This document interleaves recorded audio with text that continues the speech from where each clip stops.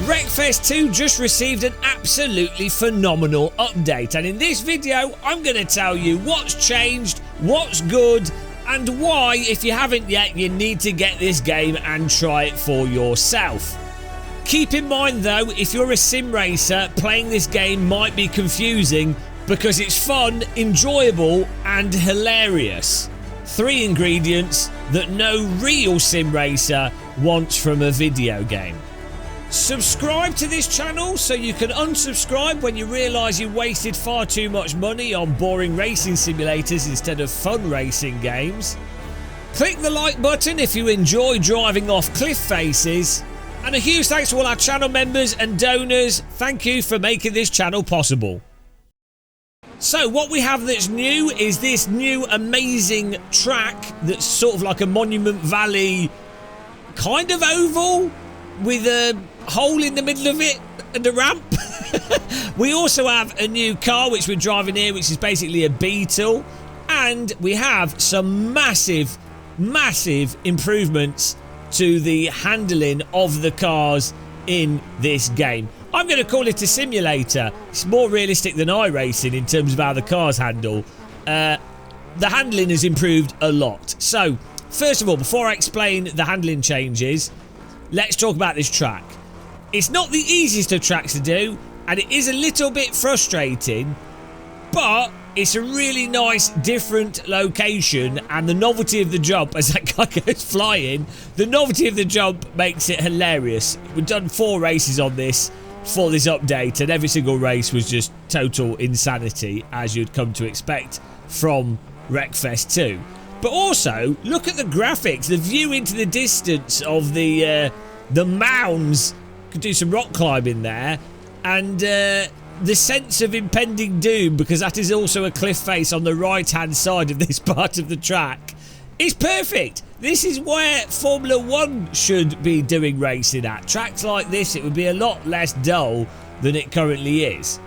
And I think, like all Wreckfest tracks, you can really appreciate as well the grass and the hedges in this case. And, you know, grass is important. This is a good 8 out of 10 game for grass. Sometimes 9 out of 10, depending on the level.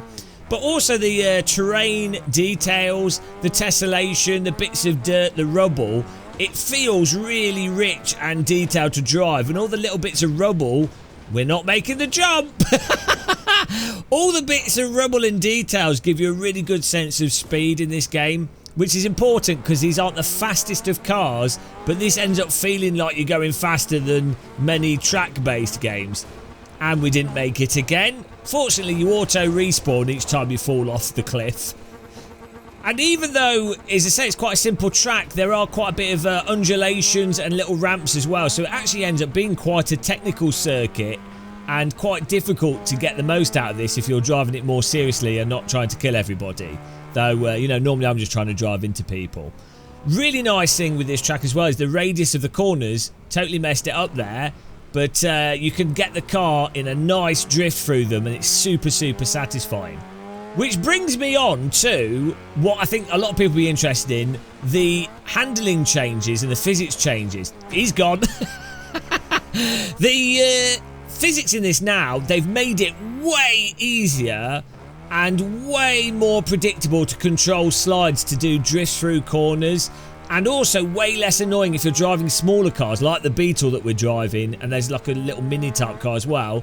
They don't rotate on the spot as annoyingly, and it's a lot harder now to get pitted, and you can counter steer when you're being pitted so you don't just spin. All in all, the handling is just way better, I'd say, for the type of gameplay this has now. And weirdly, it's also quite simulatory and quite realistic. Back into the canyon we go. You really get satisfaction from driving this as you would a simulated car. We're playing this with a nice force feedback wheel, and you really do find yourself using natural driving skills for like modulating the throttle and balancing the steering and counter steering to hold drifts through corners, which is just really satisfying. This is the perfect balance between simulator and arcade game. Absolutely nails it. And the handling being better now supposedly comes from better tyre detail and also improved suspension behaviour. I don't care what's caused it. at the end of the day, it's just fun to drive, fun to race, and even if you're more of a hardcore sim racer, you will enjoy this. Or if you're a pure casual chase cam arcade gamer, I think you'll really enjoy it as well. It's absolutely spot on with the handling.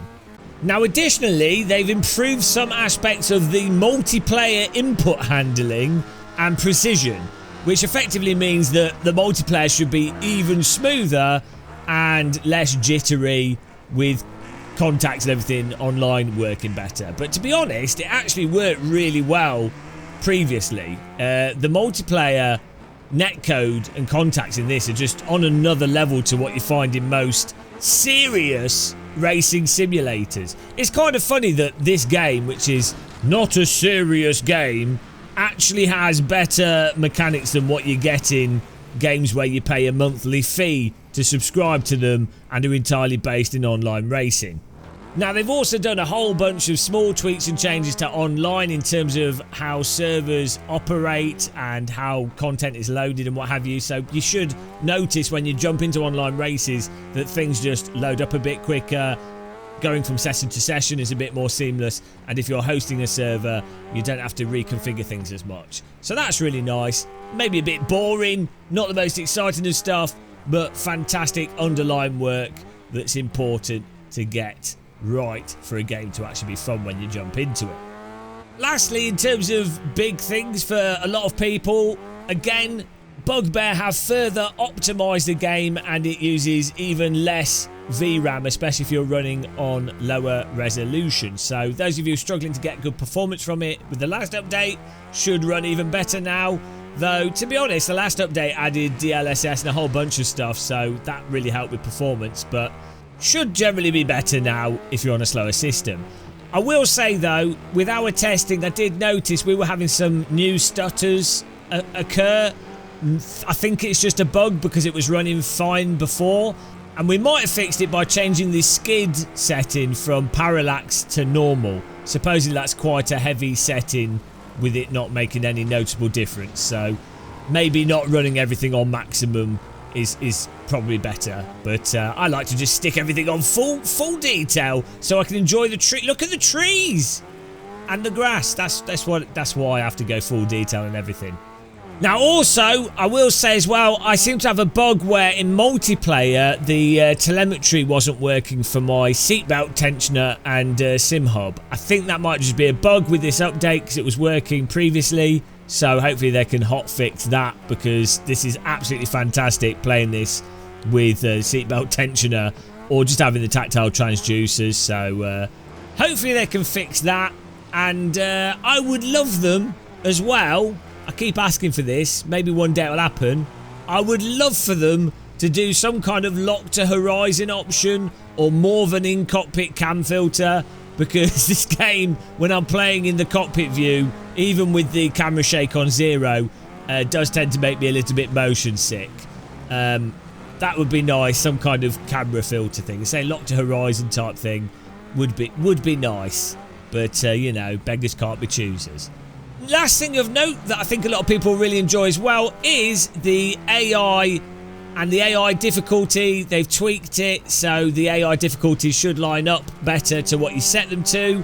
I will say though, on the hardest setting, which is what we normally play AI with in this game, the AI are brutal and they do like to pit maneuver you. They're really annoying sometimes. They drive more aggressive than online players. You can put on an easier setting, but what's the fun in that? So prepare yourself for a challenge if you're going to race against the AI. So all in all, absolutely fantastic update. This game is always fun to play. It looks amazing. The grass is great. The crashes are hilarious. The sound, actually they improved the sound a bit. Sound is great as well. It's a bloody fun game to play. The only thing is, it's obviously early access. Despite them adding new tracks each time they do a content drop, it does feel like you could have some more content in it.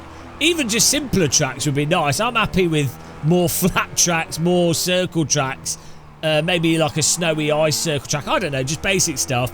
So at the moment, it is definitely sparse on content, even though I think the core game mechanics of the driving, especially with this physics update, are absolutely amazing.